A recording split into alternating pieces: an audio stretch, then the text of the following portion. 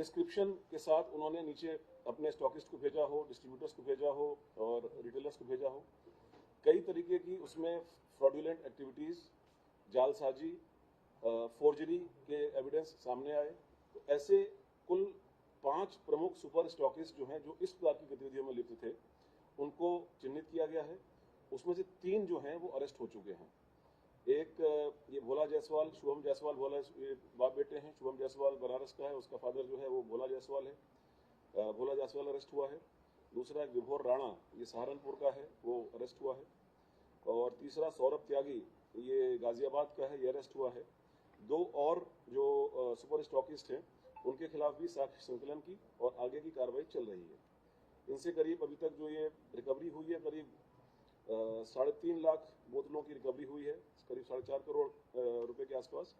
और इसमें जो आगे की इनके डाइवर्जन के, अवैध व्यापार के जो साक्ष्य मिले हैं, उन पर जो इनके आगे की कार्रवाई है वो चल रही है। अभी तक टोटल मिलाकर के करीब 32 लोग और अरेस्ट किए गए हैं, जो कि इसी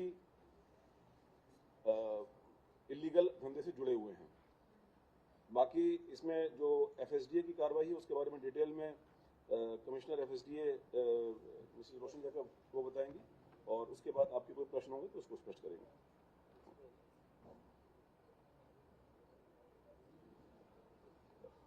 हमारे एफएसडीए के विभागीय मंत्री जी, माननीय मुख्यमंत्री जी के निर्देश ये था, सख्त निर्देश ये था विभाग के लिए कि नारकोटिक श्रेणी की दवाइयाँ और कोडीन युक्त कफ सिरप, इसके अवैध डाइवर्शन की विधिवत जांच और कार्रवाई किया जाए।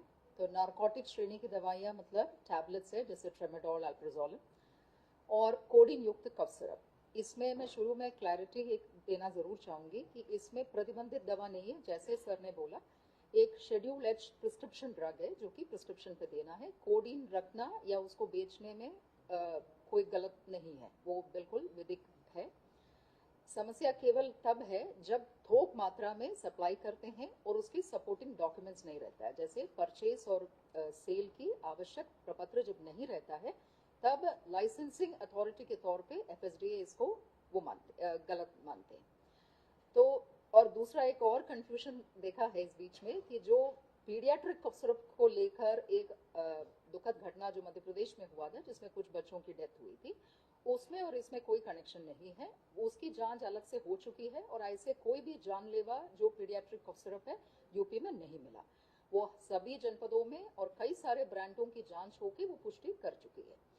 अब कोडीन वाले में जैसे मैंने कहा, लाइसेंसिंग अथॉरिटी होने के नाते विभाग की जिम्मेदारी ये था कि जो होलसेलर्स को लाइसेंस देती है उनके द्वारा शर्तों की पालन किया जा रहा है कि नहीं, और जो वो माल प्रोक्योर कर रही है उससे संबंध में उनके पास परचेस और सेल की पेपर्स है या नहीं, इसी की पुष्टि करने के लिए विभाग के अधिकारियों को निर्देश दिया। तो क्योंकि कोई भी विषय है तो उसको सोर्स से लेना है। तो जैसे सर ने अभी बताया, हम लोगों ने नारकोटिक ब्यूरो ग्वालियर में, और जो प्रमुख वहां पे देखा गया कि कोडीन का कोटा सबसे ज्यादा किन किन कंपनियों को जाते हैं, तो जो कंपनियां हैं उनकी मैन्युफैक्चरिंग फर्म्स को फिर देखा गया है, जो कि प्रमुख रूप से हिमाचल की पांटा साहिब और बद्दी इलाके में है और रुड़की में है। तो इन जगहों पे टीम्स गया और वहां पे देखा कि यूपी की प्रमुख सप्लायर्स कौन है, और सप्लायर के लेवल पे जैसे सुपर स्टॉकिस्ट है जिसकी मेन डिस्ट्रीब्यूशन गोडाउन्स रहती है, उन गोडाउन्स की फिर चेकिंग हो गई। सूचना के, और इसमें पानीपत भी है हरियाणा, जिसमें बड़े गोडाउन है एक पर्टिकुलर कंपनी का। उसके अलावा रांची में भी टीम भेजा गया। जैसे सर ने कहा, कुछ इंटेलिजेंस गैदरिंग हम लोगों ने किया, तो जो जो सप्लाई की प्रमुख स्रोत थे वहां सब टीम्स भेजकर जो चीजें पुष्टि हुई उसको लेकर फिर हमारे करीबन 40 जनपदों में 300 के ऊपर थोक विक्रेताओं की जांच हुई, जिसके क्रम में 28 जनपदों की 128 एफआईआर दर्ज की गया। इसमें विशेष यह ध्यान दिया गया है कि कोई भी छोटे व्यापारी पे कार्रवाई ना हो, क्योंकि हम लोग को रिटेलर्स पे कार्रवाई करने का मंशा नहीं था। हम लोग इसके पूरे चैनल को शुरू से लेकर चला है, जैसे मैन्युफैक्चरिंग फर्म है, उसके आगे फिर उसकी जो मार्केटिंग कंपनी है और उनका जो स्टॉकिस्ट है, जो बड़े गोडाउन से, वहां से फिर बड़े थोक व्यापारी, फिर उसके बाद छोटे थोक व्यापारी और फिर रिटेलर। तो रिटेलर तक पहुंचने से पहले ही जहां पे कड़ी टूट जा रही थी, जैसे आइदर भारी मात्रा में माल गया है और उसके समर्थन में उनके पास कोई कागज नहीं है, ऐसे को चिन्हित करके कार्रवाई किया गया है जिससे कि इन नेक्सस को तोड़ा जा सके। और इसमें जो नेटवर्क्स आए, जैसे सर ने कहा, प्रमुख रूप से जैसे जनपदें आप लोगों को मालूम है, बनारस और उसके बाद गाजियाबाद, फिर कानपुर, लखनऊ, ये प्रमुख नोड्स के तौर पे निकल आई है, जिस पर फिर हम लोगों ने कार्रवाई किया है। जो कंपनीज थी जिन्होंने मैन्युफैक्चरिंग किया है, हालांकि मैन्युफैक्चरिंग कंपनी के भी इसमें ऐसा नहीं कहा जाएगा कि दवा बनाना कोई गलत है, मगर जिनके स्ट्रीम को जांचा गया है वो एबॉट कंपनी की फेंसिडल सिरप है।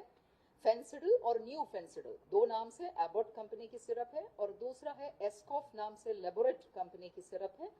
फिर एक 3B है, 3B कंपनी, जिसका बायोहब नाम से जो मार्केटिंग चेन है, इथिका, उसकी भी जांच, बायोहब कंपनी भी, उसकी भी जांच हुई।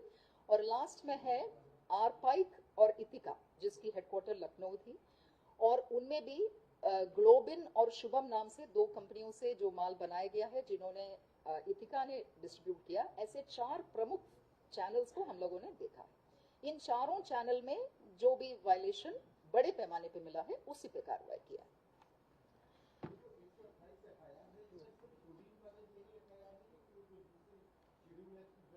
शेड्यूल एच ड्रग्स पे भी कुछ है जी, दोनों शामिल है। तो ट्रेमाडोल, ट्रेमाडोल, यस यस जी, वो भी जांच है जी जी। सभी मंशा केवल कफ सिरप की नहीं थी, मंशा यही थी कि जो नशे के रूप में दुरुपयोग किया जा सकता है, ऐसे चीजों की अवैध डाइवर्शन को रोका जाए, यही मंशा थी।